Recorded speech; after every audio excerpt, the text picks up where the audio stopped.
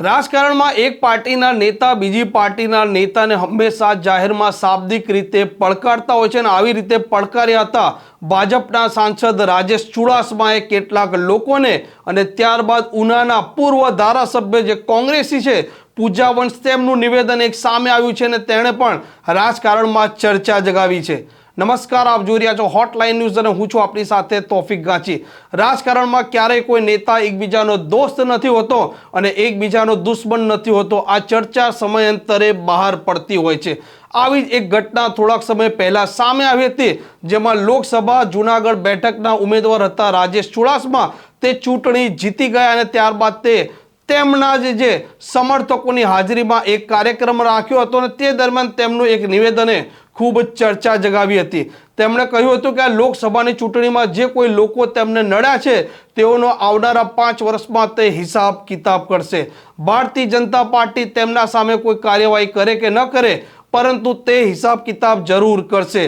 ત્યારબાદ ફરી એક વખત ઉનાના પૂર્વ ધારાસભ્ય છે જે કોંગ્રેસી છે પૂજા વંશ, તેમનું પણ એક નિવેદન સામે આવ્યું છે અને આ નિવેદનમાં તેમણે આ રાજેશ ચુડાસમાનું નામ તો નથી લીધું, પરંતુ તે કહી રહ્યા હતા કે ચૂંટાયેલા જે પદાધિકારીઓ છે, પ્રતિનિધિ છે, તે જાહેરમાં નિવેદન આપતા હોય છે કે તે હિસાબ કિતાબ કરશે।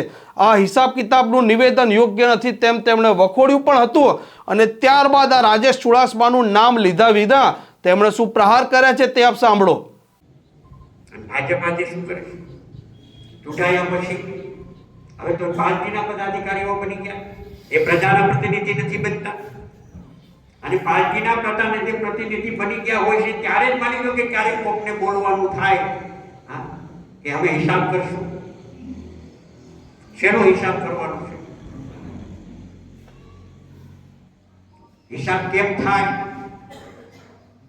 આ તકે મારે કેવું જોઈએ કે દુર્ભાગ્ય છે કે ચૂંટાયેલા મતોથી પદાધિકારી બન્યા પછી જાહેર મંચથી આ પ્રકારનો એક જનપ્રતિનિધિ બોલે કે મને જેટલા નડ્યા છે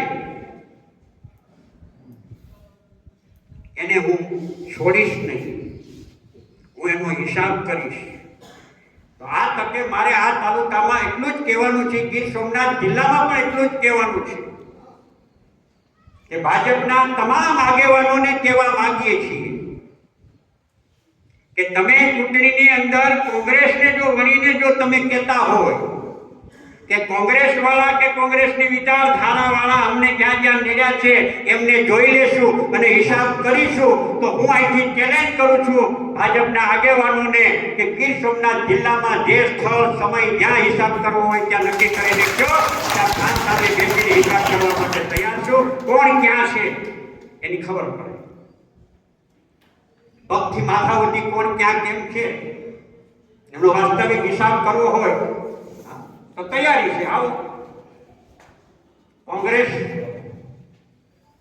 ને ધ્યાનમાં રાખી જો વાત કરી હોય તો પૂજા વંશે નામ લીધા વિના પડકાર પણ ફેંક્યો છે કે જે કોઈને હિસાબ કિતાબ કરવો હોય તો તે જાહેરમાં આવવા તૈયાર છે અને હિસાબ કિતાબ કરવા તે પણ તૈયાર છે। આમાં બંને નેતાના જે નિવેદન છે તે ઘણા સમયથી ચર્ચામાં રહેતા હોય છે અને ફરી એક વખત આ નિવેદન આજે ચર્ચાએ જગાવી છે। આ પ્રકારના સમાચાર જો આપને પસંદ આવતા હોય તો હોટલાઇન ચેનલને સબસ્ક્રાઇબ કરવાનું ભૂલતા નહીં। નમસ્કાર।